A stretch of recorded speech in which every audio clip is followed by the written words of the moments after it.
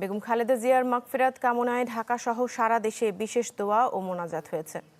জুমার নামাজের পর জাতীয় মসজিদ বায়তুল মোকাররমে প্রয়াত খালেদা জিয়ার জন্য দোয়া ও মোনাজাত করা হয়। এই সময় তার আপসহীন সংগ্রামী জীবনের প্রসঙ্গ টেনে আবেগ আপ্লুত হন মুসল্লিরা। একই সাথে দেশের রাজনৈতিক স্থিতিশীলতার জন্য দোয়া করেন বায়তুল মোকাররমের খতিব মুফতি আব্দুল মালেক।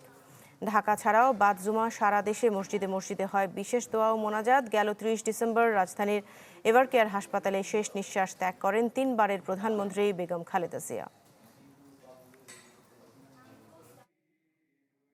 বেগম খালেদার জন্য দোয়া করলাম যেন উনি জান্নাতবাসী হন এবং উনি আমাদের দেশের আলেম সমাজ এবং দেশের জনগণ নিয়ে অনেক ভাবছেন। খতিব সাহেব মুফতি আব্দুল মালিক সাহেব অন্তরস্থল থেকে এবং মুসল্লিদেরকে নিয়ে ওনাদের জন্য দোয়া করেছেন। যদি ক্ষমতায় আসে বিএনপি, আমরা আশা করব যেন ইসলামের বিপক্ষে যেন তারা না থাকে। যেই ভালোবাসা আমাদের 18 কোটি মানুষকে এই নেত্রী বেগম খালেদা জিয়া আমাদেরকে দিয়ে আগলে রাখছে, সেই ভালোবাসায় আমরা তাদেরকে দিতে চাই। আমরা তার মৃত্যুর জন্য আকুলভাবে দোয়া করছি, মানত করছি সে যেন বেহেশতবাসী হয়। Amrapali fruit syrup, real magic in every drop. দর্শক, বেগম জিয়ার সমাধিস্থল জিয়া উদ্যান থেকে আমাদের সহকর্মী আহমেদ সোহাগ আমাদের সাথে যুক্ত হচ্ছেন। আমাদের সাথে আহমেদ সোহাগ একটু পরেই যুক্ত হচ্ছেন। তিনি জিয়া উদ্যানে আছেন। আজকে আপনারা জানেন সকালে জাইমা রহমান, তার দাদি বেগম খালেদা জিয়া এবং তার দাদা জিয়াউর রহমানের কবর জিয়ারত করেছেন। সেখানে তাদের পরিবারের সদস্যরাও উপস্থিত ছিলেন। আমাদের সহকর্মী আহমেদ সোহাগ রয়েছেন সেখানে, একটু কথা বলে দেখি।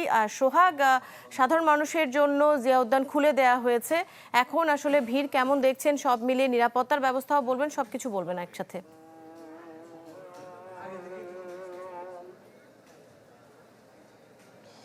দৃষ্টি, এখানে সকাল থেকে আমরা আপনাদেরকে যে চিত্রটা দেখাচ্ছিলাম আপনাদের মাধ্যমে, পুরো জিয়া উদ্যানের এলাকা যে আছে লোকে লোকারণ্য। এখানে বিএনপির নেতাকর্মী এবং সাধারণ সমর্থকরা যেমন আছেন, তেমনি দেশের সাধারণ মানুষ যারা আছেন তাদেরকেও কিন্তু আমরা দেখতে পেয়েছি।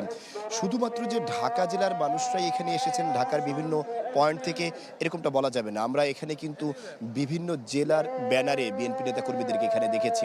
যেহেতু আজ তৃতীয় দিন অর্থাৎ শেষ দিন হিসেবে রাষ্ট্রীয় যে শোক বেগম খালেদা জিয়ার মৃত্যুতে, সেই শোক শেষ দিন উদযাপিত হচ্ছে। এছাড়া বিএনপির চেয়ারপারসন বেগম খালেদা জিয়ার মৃত্যুকে কেন্দ্র করে বিএনপির পক্ষ থেকে যে 7 দিনের শোক ঘোষণা করা হয়েছে তার চতুর্থ দিন চলছে।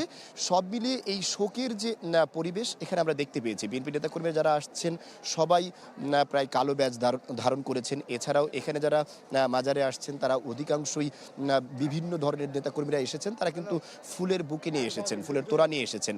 তারা এখানে ফুল যেমন নিবেদন করছেন, পাশাপাশি এখানে কবরের পাশে দাঁড়িয়ে তারা কোরআন তেলাওয়াত করছেন এবং দোয়া করছেন। আমরা যে সকল নেতাকর্মী দেখেছি, আমরা দুপুর থেকে এখানে এসেছি। জুমার নামাজের পরে এখানে ভিড়টা আরও বেশি বেড়েছে। সকাল থেকে যেমন ভিড় ছিল, জুমার নামাজের পরে আমরা এই ভিড়টা বেশি দেখেছি।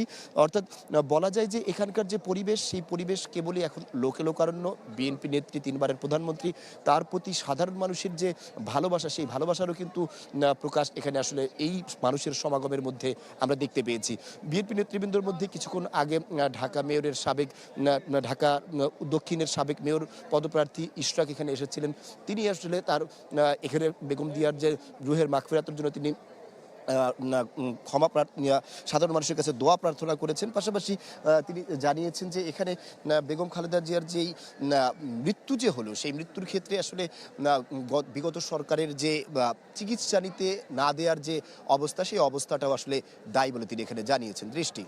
জি সোহাগ, ধন্যবাদ আপনাকে আমাদের সাথে যুক্ত হওয়ার জন্য। জিয়া উদ্যান থেকে আহমেদ সোহাগ আমাদের সাথে যুক্ত হয়েছিলেন।